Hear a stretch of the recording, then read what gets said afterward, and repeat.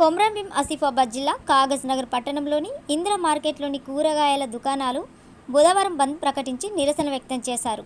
ఇరు దళారులు తై బజార్ వేలందారులు రైతుల దగ్గర నుండి అక్రమంగా వసూలు చేస్తున్నారని రైతులు బంద్ ప్రకటించారు. మాజీ ఎమ్మెల్యే కోనేరు కోనప్ప బీఆర్ఎస్ నాయకులు మద్దతు తెలిపారు. కాగజ్ నగర్లోని తై బజార్ వేలం రద్దు చేయాలని మున్సిపల్ కమిషనర్ అంజయ్యకు వినతి పత్రం సమర్పించారు.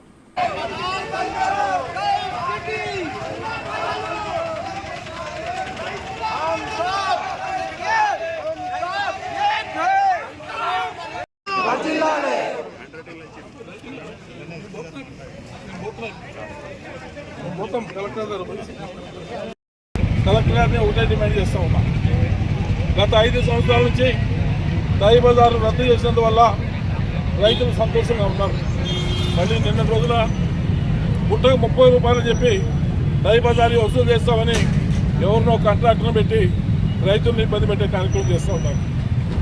నేను ఒకటే మాట్లాడుతూ ఉన్నా, ప్రభుత్వానికి 6,80,000 రూపాయలు పెద్ద ఆదాయం కాదు. మున్సిపాలిటీలో ఎన్నో రకాల ఆదాయాలు సంపాదించిన అవకాశం ఉంది.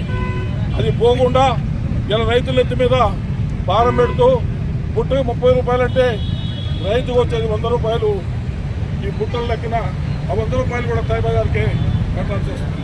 అందుకే మిత్రులారా, గతంలో 5 కేటీఆర్ గారికి చెప్పి మున్సిపల్ డిఎంఏకి చెప్పి తై బజార్ బంద్ చేపించినాను.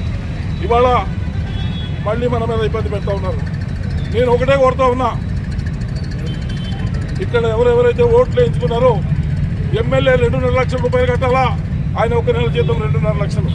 ఎమ్మెల్సీ 2.5 లక్షలు కట్టాలా, ఆయన జీతం 2.5 లక్షల రూపాయలు నెలకి.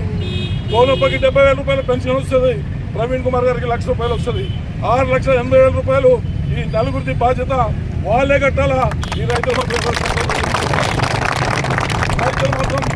రూపాయి కట్టొద్దు, డబ్బులు కట్టాల్సింది. అయితే దాన్ని రద్దు చేయాలా. గవర్నమెంట్లో మాట్లాడి తై బజార్ వేలంపాట రద్దు చేయాలా.